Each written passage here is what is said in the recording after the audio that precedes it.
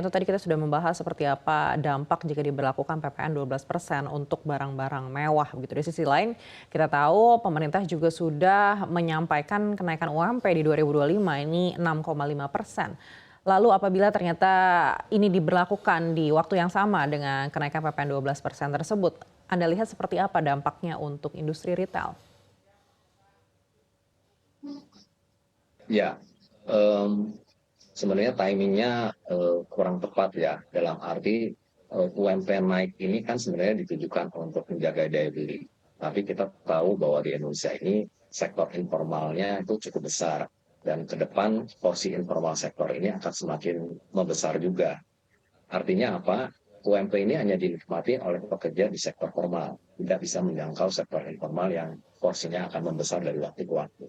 Sehingga akhirnya daya beli yang diharapkan terjaga ini dengan kenaikan UMP ya tidak akan terjadi. Dan kalau itu di PPN naiknya itu dibatasi hanya untuk barang mewah, ya kembali lagi tadi situasinya adalah orang Indonesia punya pilihan membeli barang mewah itu di luar negeri yang harganya akan jauh lebih murah daripada di Indonesia. Baik, untuk aturan terkait UMP sendiri, apakah pelaku usaha siap untuk memenuhi aturan ini? Sorry, bisa diulangi Mbak Ananta? Baik, Pak Haryanto, untuk ketentuan kenaikan UMP 6,5% di 2025, sejauh apa kesiapan para pelaku usaha? Oke. Kita tahu produktivitas tenaga kerja di Indonesia ini sebenarnya masih agak rendah. Di mana kalau kenaikan UMP ini tanpa dibarengi kenaikan produktivitas, ini tentu akan memberatkan. Plus dengan ada kenaikan biaya lainnya di tahun depan seperti kenaikan iuran BPJS, kemudian ada iuran Tapera dan sebagainya, itu yang akan membuat biaya-biayanya akan semakin meningkat dan akibatnya akan membuat penjualan juga semakin berat atau bahkan menurun. Nah, pengusaha pasti akan melakukan efisiensi dan kos terbesar dalam satu perusahaan itu pada umumnya adalah di tenaga kerja. Kalau menyebabkan UMP ini menyebabkan kenaikan biaya tenaga kerja yang tidak bisa diiringi dengan produktivitas, maka tentu pengusaha akan melakukan efisiensi. Dan kemudian salah satunya adalah bagaimana secara total biaya tenaga kerjanya tidak meningkat, sehingga akhirnya ujung-ujungnya akan ada pasti pengurangan di tenaga kerja yang mereka miliki untuk bisa menjaga cost bisa tetap terkontrol. Baik, apakah pengusaha melihat kebijakan pemerintah yang baru di Kabinet Merah Putih ini sejauh ini cukup adil? Kalau dibilang adil, tentu harus dengan kenaikan UMP ini harus dibarengi dengan insentif-insentif buat pengusaha yang membuat nanti bisa lebih balance cost-nya. Yang kita harapkan dari pemerintah adalah bagaimana kemudahan izin berusaha untuk pengusaha, pengurusan biaya-biaya juga bisa serendah mungkin, pajak reklame juga direndahkan, dan hal-hal lain yang bisa meringankan pengusaha untuk bisa mengimbangi kenaikan di biaya lain khususnya UMP tadi. Baik, apakah ada insentif yang mungkin menurut Anda ini bisa menjadi solusi untuk melemahnya daya beli dan juga turunnya angka konsumsi ini? Ya tadi ya, dari segi pajak reklame, penyederhanaan perizinan, dan kemudian pungutan-pungutan lain yang mungkin bisa dikurangi atau diminimalisir itu akan sangat membantu.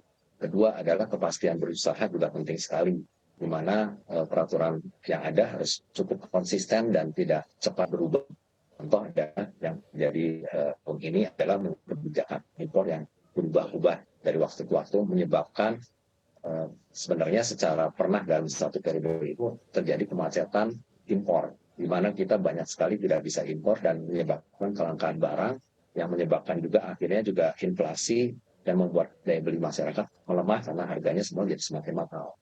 Kemudian pemberantasan ilegal impor sekali lagi ini juga penting sekali karena kita harus sekali lagi memberikan insentif pada pengusaha yang legal, yang ilegal harus benar-benar dikurangi. Itu yang kira-kira kita harapkan. Baik, kita lihat pemerintah juga sudah memberikan upaya dengan membentuk Satgas Impor. Apakah menurut Anda ini belum maksimal? Satgas impor ini bagus, suatu usaha dari pemerintah yang bagus. Tetapi Satgas ini kan sesuatu yang tidak bisa permanen.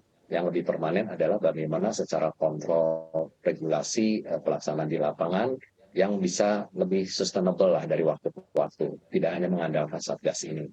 Baik, Satgas ini sesuatu yang bagus untuk memulai, ya. baik. Bagaimana pengusaha mengharapkan ada insentif dari kebijakan moneter? Sebenarnya kalau kita mengacu komitmen pemerintah dalam hal ini, misalnya contohnya adalah hilirisasi tambang, itu kan merupakan suatu target atau program pemerintah yang sangat baik dan cukup berhasil. Dalam hal ini kalau kita bicara mengenai industri yang akan bisa menjadi unggulan di Indonesia, seperti misalnya industri TPT atau alas kaki, nah ini pemerintah juga bisa berperan dalam hal ini untuk bisa membantu industri ini supaya bisa kompetitif. Karena ada beberapa biaya, contohnya misalnya biaya listrik dan gas untuk produksi ini, itu bisa dibantu oleh pemerintah untuk bisa menjadi lebih ringan. Contoh yang terjadi adalah harga gas di Indonesia ini harganya lebih tinggi 2-3 kali dibandingkan negara di Asia Tenggara. Ini menyebabkan tentu produksi di industri ini, PPT ini tidak bisa bersaing dengan negara lain secara harga. Nah, hal-hal ini adalah hal-hal yang bisa dibantu oleh pemerintah untuk membuat industri yang akan menjadikan unggulan ini bisa kompetitif.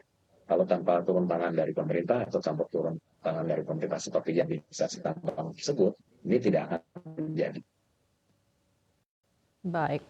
Melihat kita sudah mendekati akhir dari 2024, lalu seperti apa harapan Anda di sisa waktu ini mungkin bisa meningkatkan sektor retail di Indonesia?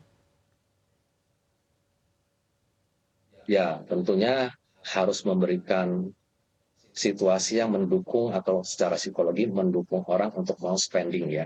Nah, dalam hal ini tentu harus dengan menunda kalau bisa PPN ini atau kenaikan-kenaikan biaya atau pajak atau apapun yang menyebabkan memiliki persepsi semuanya nanti akan serba mahal sehingga nanti juga mereka akan menunda konsumsinya. Jadi paling baik memang PPN ini sebaiknya ditunda dulu sampai situasinya lebih kondusif, memungkinkan sehingga nanti apa yang diharapkan bisa dicapai bersama, bukan kontraproduktif.